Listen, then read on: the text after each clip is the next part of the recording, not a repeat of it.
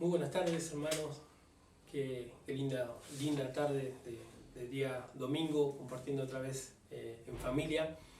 Ya se siente el frío en la ciudad, ya debemos estar un poco más abrigados, pero qué buen momento, ¿no? Bajo cualquier circunstancia, temporada incluso para compartir palabra del Señor. Pensaba un poquito en esta semana una canción que solemos cantar en la iglesia muy bonita, que dice: por mucho tiempo busqué una razón de vivir, y en medio de 1000 preguntas tu amor me respondió. Y me quedaba con esa expresión, 1000 preguntas, ¿no? Yo creo que una de las cosas que más le interesa al ser humano justamente tiene que ver con qué hacemos con tantas preguntas que suelen aparecer en nuestra vida, cotidianamente. Son 1000 preguntas, son 100 preguntas, no importa la valoración que tengan las preguntas en sí, pero es verdad que cuando preguntamos es porque estamos necesitados en verdad de una respuesta. Hace unos días atrás estaba por mi barrio caminando, haciendo una diligencia, y me encontré con un joven padre que no hace mucho perdió a su hija, y la perdió de una manera realmente dramática, triste, que los detalles los voy a obviar. Pero justamente hablando con él, y después de varios tiempos de este suceso, le pregunté, mientras nos hablamos allí, qué pasaba con su fe, pese a la circunstancia de haber perdido una hija joven. Y él me dice: yo ya perdí la fe. Dice, y la perdí porque no tengo respuestas a lo que me pasó. Por eso me pareció interesante este aspecto de las preguntas, 1000 preguntas. Yo te pregunto a ti, hermano, amigo, que me estás escuchando en esta tarde, realmente, ¿cuán necesitados somos realmente de recibir respuestas a lo que nos pasa? Humanamente es natural que queramos recibir respuestas. Porque cuando uno se pregunta, lo primero que está afirmando, sin saberlo, quizás, es de que somos mucho más que una cadena en evolución, como dicen algunos científicos, que somos más que pertenece al reino de la naturaleza. Porque el único que se pregunta y se cuestiona y quiere saberse en sí mismo y autocuestionarse es el hombre. Y esto se debe sencillamente a algo: es porque el único ser viviente sobre la tierra que tiene significado y propósito es el hombre. Se niega a Dios, se admite a Dios, o cual sea la condición del pensamiento que el hombre tenga, cuando el hombre se pregunta por sí mismo, está dando la razón a la Escritura cuando nos dice que el hombre fue pensado por Dios, que el hombre tiene un propósito y significado. Y es la búsqueda de significado y propósito la que nos hace preguntar y cuestionarnos a veces por qué nos pasan ciertas cosas. Ahora, mientras pensaba en esta hermosa canción, en medio de 1000 preguntas, tu amor me respondió. Pensaba también cuántas preguntas son de importancia realmente para nosotros. Y imagínense por un momento que tuviésemos 1000 preguntas. Supuestamente diríamos que a cada pregunta merecería una respuesta. Pero sin embargo, ¿saben qué? Yo hoy quiero hablarles justamente de que ante nuestras 1000 dudas, suponiendo que las tuviésemos, existe una respuesta. Una respuesta que puede englobar todas nuestras dudas y darle significado, sentido y propósito a lo que es a nuestras vidas. Debo también reconocer, querida familia, que cuando uno habla de que Dios es la respuesta, el amor de Dios, cuando hemos encontrado el amor de Dios, hemos encontrado gran parte de lo que estamos queriendo decir en este día con encontrar la respuesta a nuestras dudas. Pero debemos admitir también que ha habido ideas que han querido y que han aparecido a lo largo del tiempo, que han querido suplantar también y dar las respuestas al hombre independientemente de Dios. Te podría mencionar algunas. Por ejemplo, la idolatría. Pensemos en la idolatría. Es una forma de una supuesta respuesta de la divinidad al hombre. ¿Cuántas personas realmente se vuelcan a la idolatría buscando a través de los ídolos, de una imagen o de aquella cosa que le vemos a un grado de divinidad? Se la busca pensando justamente, seriamente, pensando en que uno puede encontrar respuestas a esta búsqueda de significado y propósito que yo recién mencionaba. La idolatría, a través de la historia de la humanidad, creo que debe haber sido una de las primeras concepciones que el hombre tuvo, aún en su estado más incivilizado, cuando haya sido este, porque en la idolatría, en la búsqueda de la divinidad, aunque en este caso mal direccionada, el hombre cree poder encontrar algún tipo de respuesta. Pensaba también, cuando ya la civilización empezó a evolucionar, empezó a aparecer aquel periodo llamado el periodo de los oráculos. Los oráculos eran lugares determinados donde la gente asistía a pedir respuesta justamente del oráculo, ¿no?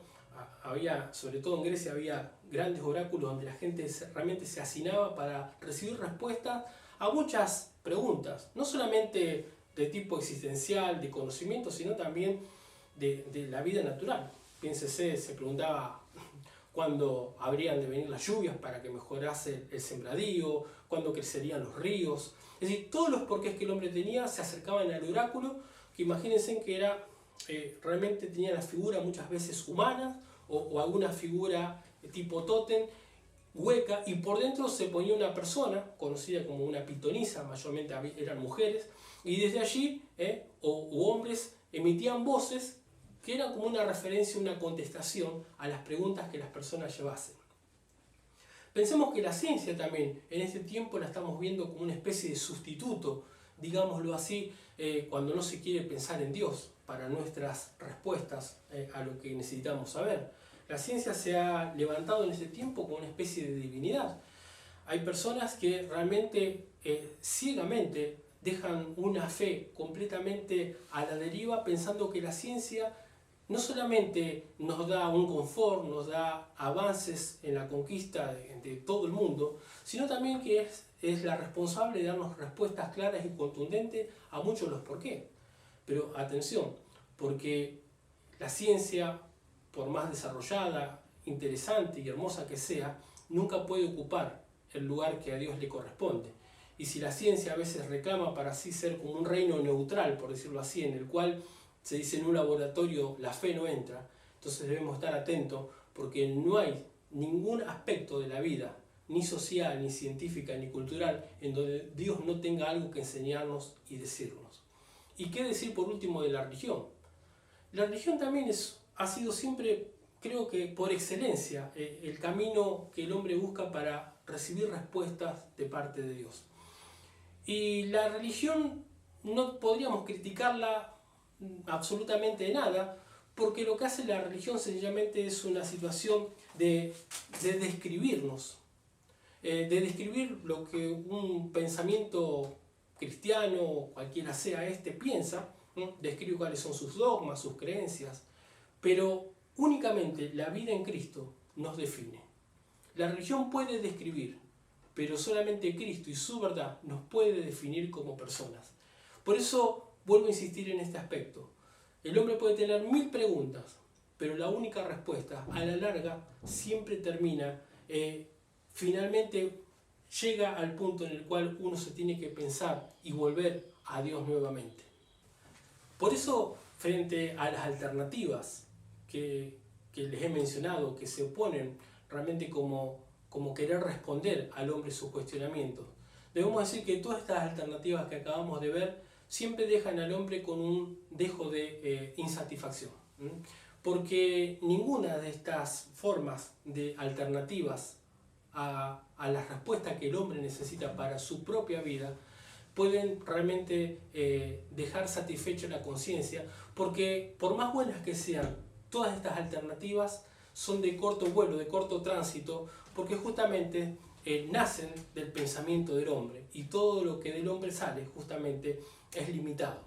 Bueno, yo quisiera en esta parte del mensaje hablar de las cualidades por las cuales yo creo que la única respuesta que puede saciar nuestras 1000 preguntas, si las tuviésemos, es Dios, su revelación a través de Jesucristo. Primero, una de estas cualidades por las cuales Dios es la única respuesta para el hombre es por lo que Dios ofrece al hombre a través de su Evangelio. Romanos 1:16 dice así: porque no me avergüenzo del Evangelio, porque es poder de Dios para salvación a todo el que cree. Ustedes saben que en este tiempo, querida familia, hay un objetivo definido por decirlo así, de este sistema sin Dios en el que vivimos, al cual le llamamos muchas veces el mundo. Este sistema definido está claramente versionado, yo lo llamaría como el antievangelio.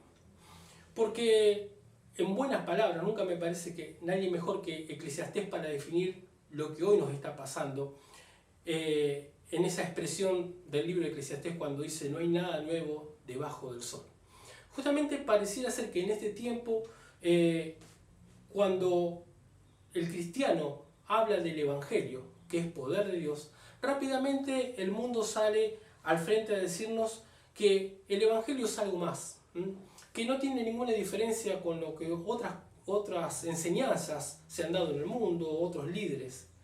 Y la idea justamente que se deja a partir de que no hay nada nuevo bajo el sol, es que el hombre por eso cae en angustia, en tristeza, cae en una suerte de depresión, por decirlo así, social, en cuanto a que si no hay nada nuevo, debemos acostumbrarnos a vivir con esto que hay. Pareciera ser que cuando el cristiano habla del Evangelio, no irrumpe con algo nuevo, sino sencillamente, rápidamente el mundo dice, no hay nada nuevo debajo del sol. No puede haber alguna novedad realmente que pueda conmover al hombre.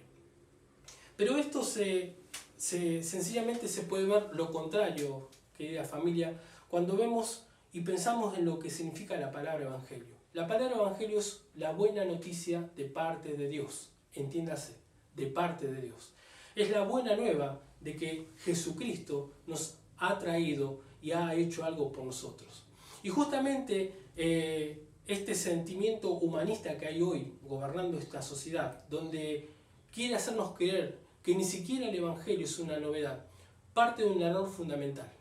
Es que si bien, como dice, de la perspectiva humana no hay nada nuevo debajo del sol, el Evangelio que nosotros tenemos, predicamos y compartimos, justamente trasciende la esfera del sol, por decirlo así, porque viene directamente de Dios. Es decir, aunque el humanismo quiera desacreditar la fe en Dios, la Biblia nos habla de que nuestro evangelio viene de arriba. Yo creo que el Salmo 121, en ese pasaje hermoso donde el salmista dice, alzaré mis ojos a los montes. ¿De dónde vendrá mi socorro? Es casi la expresión que estoy mencionando recién. El ser humano sin Dios piensa de esa manera. Piensa justamente que levantando la mirada ya lo ha hecho todo. Pero dice, mi socorro viene de Jehová, que hizo los cielos y la tierra. Nosotros tenemos el Evangelio, un Evangelio que viene de mucho más allá de cualquier cosa que nosotros comprendamos y sepamos. Cuando nosotros pensemos en la palabra Evangelio, no tenemos que pensar solamente en los Evangelios bíblicos, tenemos que pensar en la novedad de vida que ha conquistado nuestro corazón, y eso justamente es ni más ni menos lo que Dios ofrece. Por eso creo que esta primera cualidad respecto de lo que es el Evangelio y su verdadero poder, justamente es una de las respuestas que el hombre necesita encontrar para responder a sus dudas, a sus criterios. Es decir, encontrar un punto fijo, un punto que sea inamovible, un punto que sea válido para responder a todas las dudas. Ninguna respuesta humana va a poder responder nuestros por qué, pero cuando nosotros vemos el Evangelio que viene directamente de Dios, vamos a poder decir, como dijo Pablo, no me avergüenzo del Evangelio. ¿Por qué? Porque es poder de Dios y viene de mucho más allá, de arriba del sol. Ha venido en salvación y poder para nosotros. Pensaba también en esta tarde, mientras hacía esta reflexión, ¿por qué considero que Dios es la única respuesta a todas las dudas del hombre? Porque veía que como cualidad que la respuesta de Dios es una respuesta singular y paciente. En el libro de Job 42, versículo 4, dice, oye, te ruego y hablaré, te preguntaré y tú me enseñarás. Es interesante para los que estudian la Biblia o las que han leído, y si hay alguien que no la ha leído, sencillamente se los puedo decir. Hay como un estribillo constante en el libro de Job que aparece. Y es que Job, este hombre que estaba padeciendo, un hombre que se nos dice en la Biblia que era justo, que está padeciendo un sinfín de males en su cuerpo, en sus bienes, en casi los 40 y pico capítulos que tiene este libro hay como una mención constante. Job está enojado y razones no le faltan para estarlo, y Y constantemente él pide respuestas, ¿no? Constantemente, si ustedes vieran el libro de Job, encontrarían que Job demanda respuestas de parte de Dios a su situación, a todo lo que lo está rodeando, sus amigos que estaban rodeándolo también.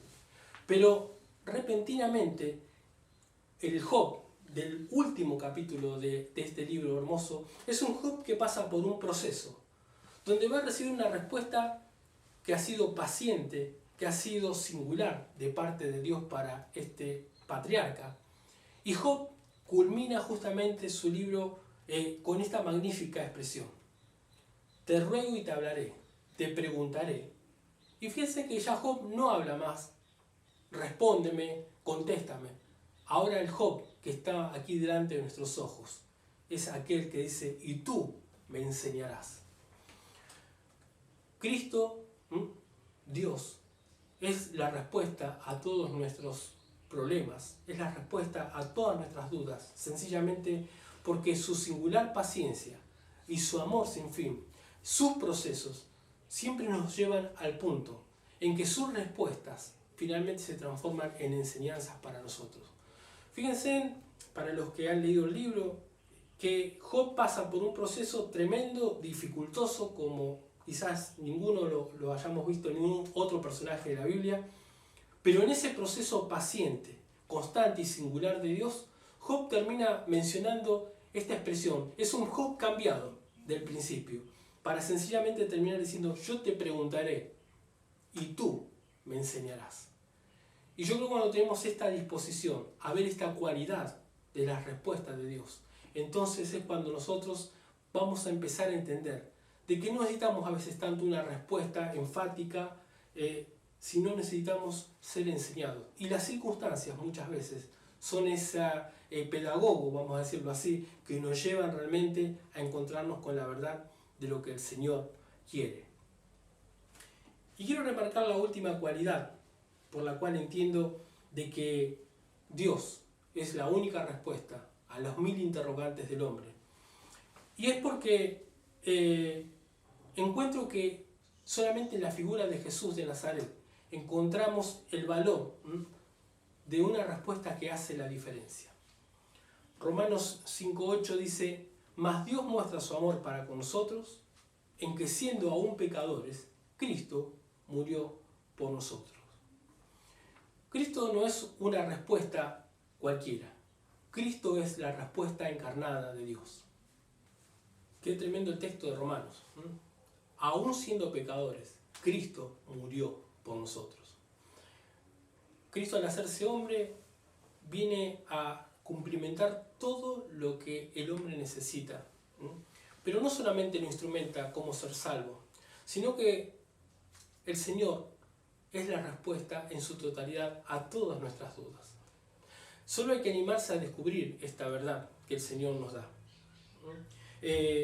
No es una respuesta particular. Cristo no responde a respuestas particulares en sí misma, sino que su vida nos dejó la totalidad de los por qué que tenemos que afrontar. Estamos frente a la pérdida de seres queridos, el Señor también los perdió. Estamos pasando por tentación, el Señor también fue tentado. Estamos en duda porque hemos cometido algún error, el Señor confrontó a las personas que estaban en error, las restauró y las perdonó. Es decir, Cristo es la respuesta total y sublime. Cristo es la respuesta encarnada, como yo recién mencionaba. Por lo cual, querida familia, quisiera dejarles como último pensamiento, antes de orar con ustedes, que seamos atentos, seamos sensibles a abrir nuestros oídos espirituales a las respuestas, las enseñanzas que el Señor tiene para darnos. Podemos tener 1000 preguntas, sean estas las que sean. Yo te invito a que hoy las pongas delante del Señor. Para cerrar, yo quisiera leerles el texto que se encuentra en Isaías 48:18, que dice: oh, si hubieras atendido mis mandamientos, fuera entonces tu paz como un río y tu justicia como las ondas del mar. Qué lindo que podamos decir: Señor, yo quiero atender a tus mandamientos, enséñame. Soy yo hoy que quiere preguntarte, pero no quiero tu respuesta, quiero tu enseñanza, porque tú eres la verdad encarnada. Tú eres una respuesta que no se quedó en un diccionario, en un saber, sino que hizo algo. Aun cuando éramos pecadores, Cristo murió por nosotros. No hay nada nuevo bajo el sol, no te dejes ganar por esa idea. Tenemos el Evangelio, que es la buena noticia de Cristo que vino de mucho más allá, y realmente hay algo revolucionario en esta verdad. Si atendieses mis mandamientos, entonces tu paz será como un río y tu justicia como las ondas del mar. Quiero que me acompañes en oración en este último minuto. Señor, gracias por este momento en el que hemos compartido, Señor, y sé que las dudas afloran, crecen en nosotros, Señor, pero que seamos capaces de ver a dónde vamos a llevar nuestros porqués, Señor. En medio de 1000 preguntas podemos decir sí, tu amor nos ha respondido, tu amor práctico nos ha correspondido, Señor. Gracias, Señor, porque si hay propósito, Señor, si hay motivos de existir, eso se debe única y exclusivamente a que tú nos amaste y podemos decir, Señor, que tú eres la respuesta para nuestras necesidades. Muchas gracias, Señor. Amén y amén. Que Dios te bendiga, hermano. Ahora